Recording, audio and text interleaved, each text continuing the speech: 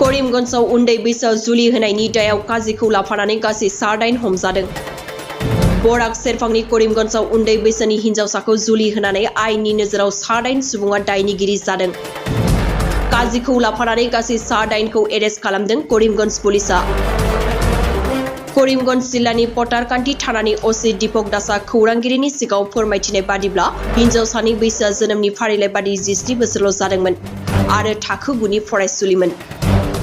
बबेखानि पुलिसआ फक्स आयेननि खान्थि बादियै हौवा गोदान बिल्लाल उद्दीन आरो बिनि बिफा जहिरुल इस्लाम, हिन्जावसानि बिफा सबिर उद्दीन, काजी आरो गुबुन 3 गासै 9 खौ मंगलबार खालि एरेस्ट खालामनानै बुधबार खालि जोबथेसालियाव दैथायहरनाय जायो। करिमगन्जआव उन्दै बैसोआव जुलि होनायनि दायाव काजिखौ लाफानानै गासै 9 हमजादों। बराक सेरफांनि करिमगन्जआव उन्दै बैसोनि हिन्जावसाखौ जुलि होनानै आयेननि नोजोराव 9 सुबुङा दायनिगिरि जादों। काजिखौ लाफानानै गासै 9 खौ एरेस्ट खालामदों करिमगन्ज पुलिसआ।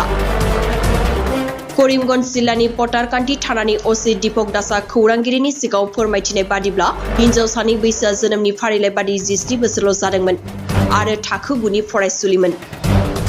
बबेखानि पुलिसआ फक्स आयेननि खान्थि बादियै हौवा गोदान बिल्लाल उद्दीन आरो बिनि बिफा जहिरुल इस्लाम, हिन्जावसानि बिफा सबिर उद्दीन, काजी आरो गुबुन 3 गासै 9 खौ मंगलबार खालि एरेस्ट खालामनानै बुधबार खालि जोबथेसालियाव दैथायहरनाय जायो। करिमगन्जआव उन्दै बैसोआव जुलि होनायनि दायाव काजिखौ लाफानानै गासै 9 हमजादों।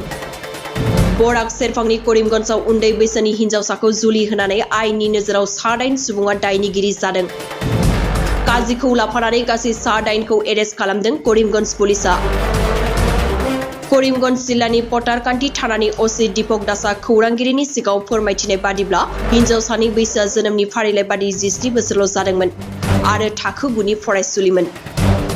बबेखानि पुलिसआ फक्स आयेननि खान्थि बादियै हौवा गोदान बिल्लाल उद्दीन आरो बिनि बिफा जहिरुल इस्लाम, हिन्जावसानि बिफा सबिर उद्दीन, काजी आरो गुबुन 3 गासै 9 खौ मंगलबार खालि एरेस्ट खालामनानै बुधबार खालि जोबथेसालियाव दैथायहरनाय जायो।